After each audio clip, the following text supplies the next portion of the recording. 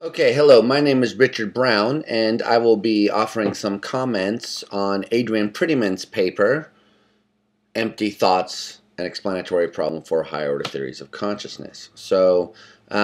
Before I get into the specifics of the objection that I want to present to her main line of argument, I just want to say something about what role the empirical cases we appeal to are supposed to be playing. So in our paper, we appeal to three empirical cases, each of which is meant to serve a slightly different purpose. So we talk about Charles Bonnet syndrome, which is, and in particular, a rare case of it, where there's damage to the visual areas and nonetheless reports of hallucinations. We talk about peripheral vision, where some people at least report having conscious color experiences in the periphery, and yet we have independent reason to think that the first order representations aren't as detailed as that. Some empirical results from Haquan's own lab, where people report being very confident that they've seen something in an area that they aren't attending to, even though they aren't performing a discrimination task as well as they might think or any better or anything like that. So those are the three kinds of cases. And now Adrienne criticizes us in part because she says, well, Bloch's challenge in his empty paper, namely the Higher Order Theories defunct paper, isn't supposed to show that empty thoughts are impossible. So when we come bringing empirical examples, we're not really meeting Bloch's challenge. Now, of course, she goes on right after that to say, well, there is a more charitable way to interpret them, which is along the following lines. They could be presenting what they take to be actual cases of some theoretical thing, and then that's supposed to show that there can't be an objection to the higher order theory from the imagined case.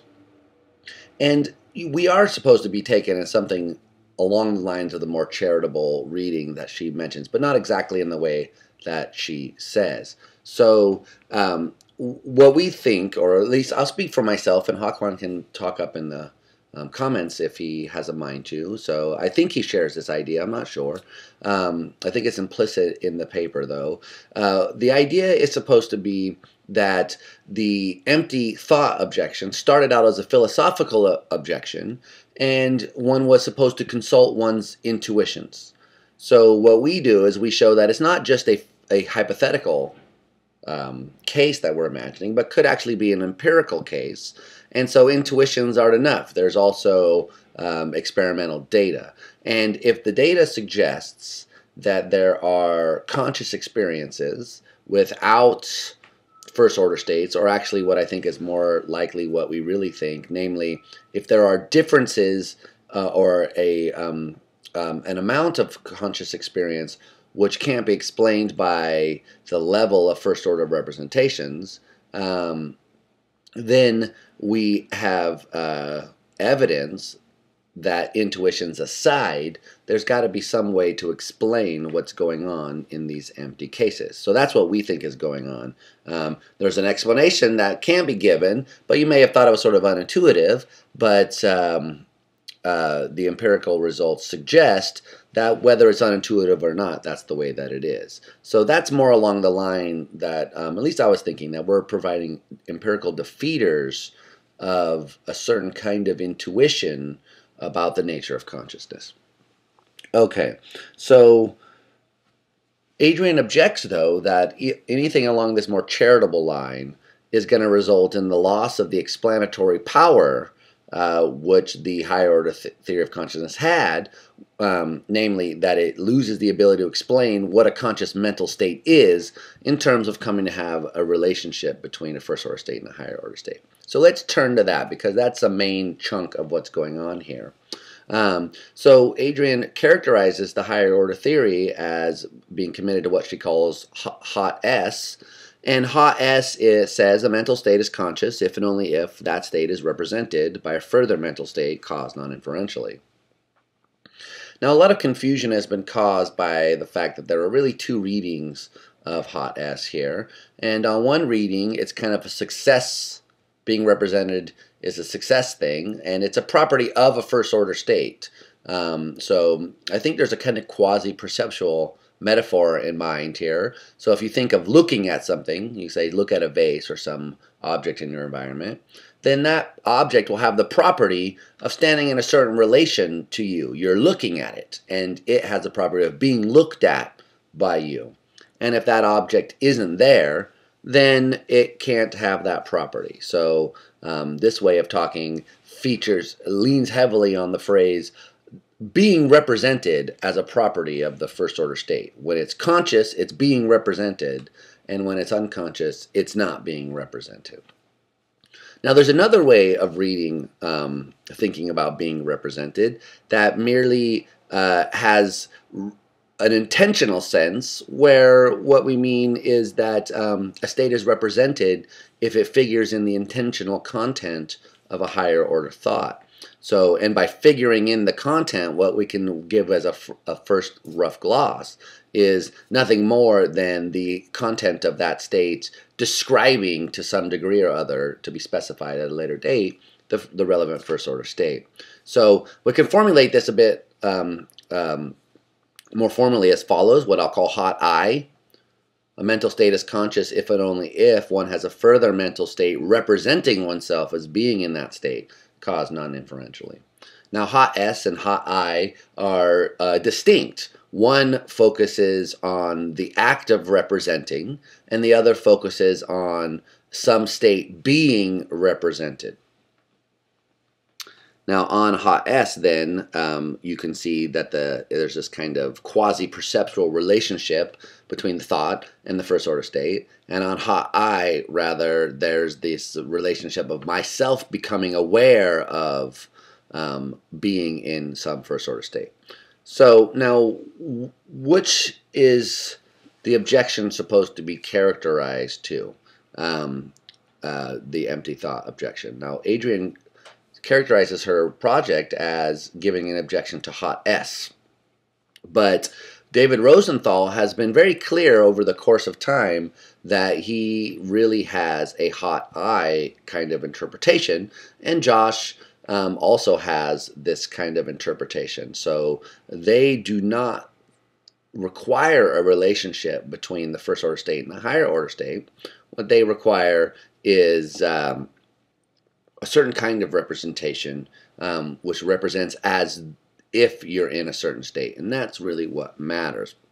Now, on this way of thinking, on the hot I interpretation, there's no empty thought objection.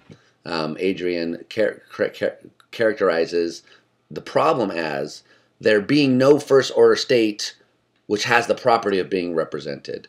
But on the Weisberg-Rosenthal model, that's not the case. So being a property, a state has the property of being represented when that state is described by a higher order thought. So in the empty case, there is a state that is being represented. It's the intentional state, because you are describing yourself as being in a state of, say, for instance, seeing blue or whatnot. So there is a state which has the property of being represented on a certain way of talking, namely the intentional state. Now, Adrienne criticizes them because she says, well, then you're going to lose the explanatory power of this becoming aware of the first order state, and that thing coming to have a property. And it's true that explanatory power is lost, and now, in fact, some people may view that as a hardship. Others may claim that that's never what they had in mind. But there is a kind of explanatory virtue which they do get. So contrast the view that Weisberg and Rosenthal have with a different view, say someone like Rocco Gennaro has.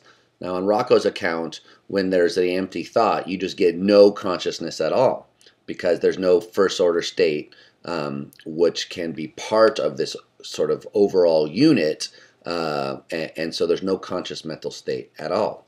Well, now this is an ad hoc maneuver from the Weisberg-Rosenthal position, because what we're trying to explain are mental appearances. Why does consciously seeing blue is a matter of it appearing to yourself as though bluely, and so we want to explain how those appearances arise, and what they view the transitivity principle, namely to claim that a mental state is conscious if and only if I'm conscious of myself as being in it in some suitable way, which is very closely related to hot eye up here, which just spells out a particular way, makes explicit this idea of being conscious of is representational, etc. So on their view, you're going to have an explanation of why it appears to you as though there's blue around. Now, on the Gennaro view, you're not going to get that explanation. So why should it be the case when you have a higher order component of something which represents you as seeing blue, and in one case the blue state is there, and in the other case the blue state is not there, the first order state? Why should there be a difference between those two cases, given that it's the higher order content which explains why things appear to you in a certain way? So they do have that explanatory advantage over a kind of view which claims that there's no consciousness in the empty thought case. So they may give up one kind of explanatory power, namely the power of an intuitive invite of a relational appeal. But they don't give it up in this other sense, which is what they really cared about. So in some sense, they're fine. Now, the objection that Bloch actually develops against this line, and that Adrienne doesn't mention, is the idea that what really is going on here is that there's something about conscious pains that matter. And if we're going to say that a non-existent pain matters as much as an existing pain, then that seems weird, right? To say that there's some first order state which is painful for me, but that doesn't exist. That this state has properties, and that the same properties as an existing pain. Now, Rosenthal and Weisberg are fine with that, and you can give a theoretical story where that is an okay thing to say. Now, I, on the other hand, am more motivated by this kind of concern, and it does seem weird from my point of view to think of phenomenal consciousness as being either a property of the person or a property of some non-existent state. So I think there's a way to get out of this, which allows us to, even if you wanted to keep your commitment to hot S, you could go with hot I or hot S on this view. So I'd like to introduce what I call the horror view. The horror view claims that phenomenal consciousness just is a higher order representation of a representation. So I take it to be closely aligned with the Weisberg-Rosenthal view, although in discussions I've come to see there's enough differences to kind of think of it as its own view.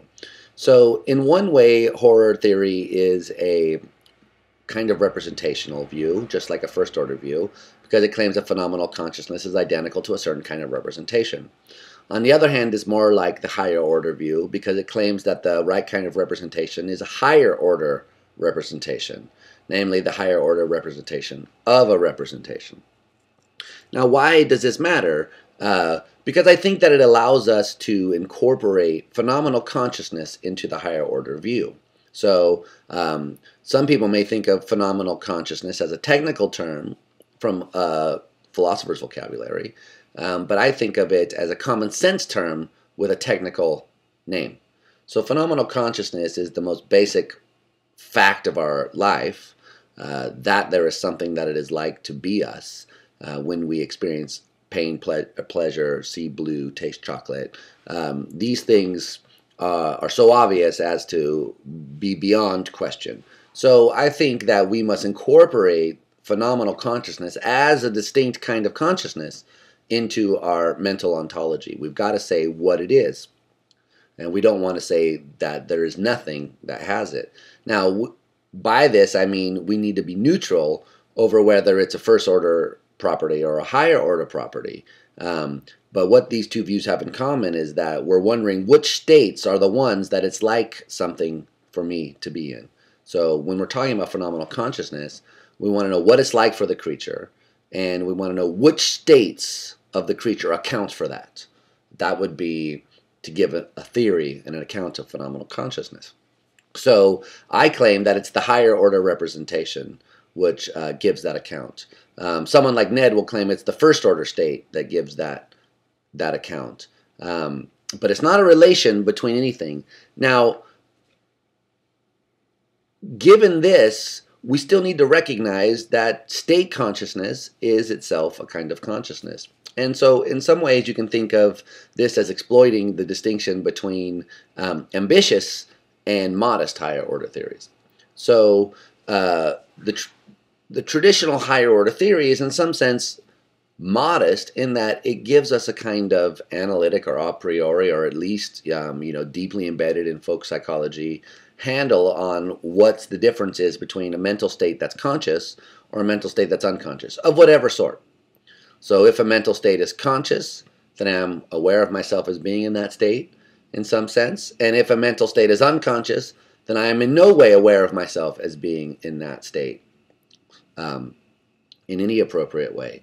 So we can say in the empty case, if we wanted to, that there was no conscious mental state in that sense, because there's no state which has this property of being represented in the right way. Or you could say that there is a conscious mental state in this sense, namely the intentional state, which you're representing yourself as being in. Both of those are compatible with the view that I am claiming. But what's not compatible is to say that there's no consciousness at all in an empty higher order state, because there would be phenomenal consciousness, and that just would be the higher order representation. But notice, there's nothing going on here that is in violation of the transitivity principle, because the claim of horror theory is that phenomenal consciousness just is having the right kind of representation. It doesn't say that phenomenal consciousness consists in representing a state. It says it consists in having a certain kind of representation, namely a representation of a representation.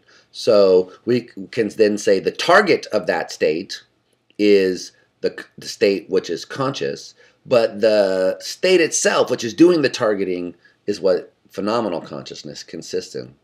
Then it becomes a largely empirical question whether first order states, higher order states, or some combination of them are required in order to have phenomenal consciousness of the normal variety.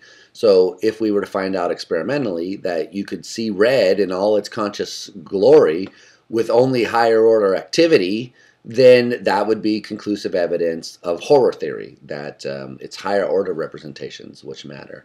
Whereas if you could show that it required an interaction, or if you could show it required having first order states only, that would be to show that horror theory is wrong. So this is an empirical question, and in fact people are working on it now. Hakwan has a grant with Ned to try to design an experiment which would sort of let us know which of these is going on, and we hopefully will see that within the next couple of years. I think they have to do it by 2014 or something like that. So, but notice we still haven't given up any of the explanatory power here, because the explanation of phenomenal consciousness is this joint kind of thing. On the one hand, we can account for the mental appearances in terms of the higher order representation. And on the other hand, we have experimental evidence which seems to suggest that it goes with the higher order state. And that was, of course, the role that the empirical cases that we were talking about were supposed to show. It seems counterintuitive to claim that phenomenal consciousness is nothing but a higher order representation, but here's some kind of cases which suggest it, even if it's counterintuitive. Here's something which points or seems to lean in that direction, and maybe we'll have future evidence later. So then where we end up is that either view, either way you go, we have a way of responding to the empty higher order, we have a way of responding to the empty thought cases.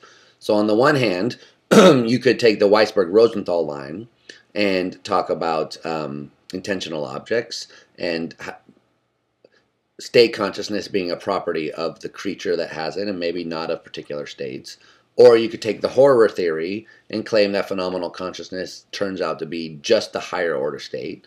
And you might even think that this is mostly terminological, and in fact I tend to sort of think that way, that really there's not a lot that separates the Weisberg-Rosenthal and my way of thinking about things, except certain fundamental commitments to preserving a kind of observation or perception-based view. So I definitely find myself attracted to a higher order perception theory, and I think that these kinds of things model higher order perception without perception.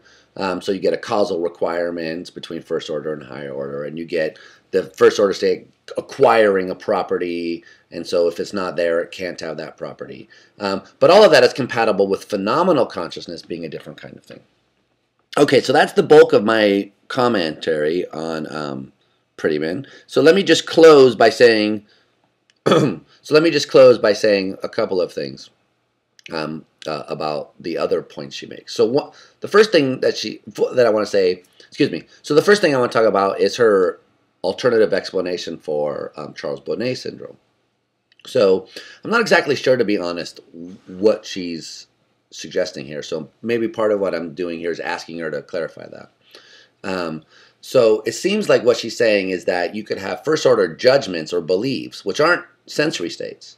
So just the belief that there's a geometrical object in front of one.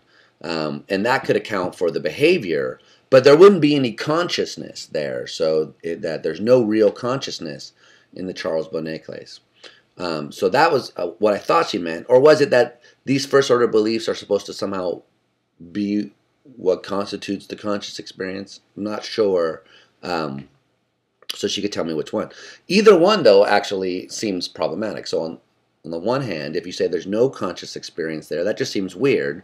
And we in the paper discuss why that seems weird. It seems weird because these people are otherwise cognitively intact. So, here's a person, their visual cortex damaged, missing mostly, and yet they're telling you that they see geometrical designs. They're telling you that they see little shapes like ladders and little people marching around. And they know that they're hallucinations. They know they're not real.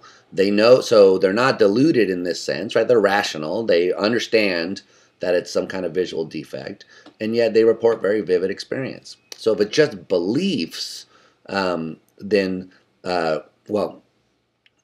we're calling into question a sincere report about conscious experience, which seems a heavy price to pay.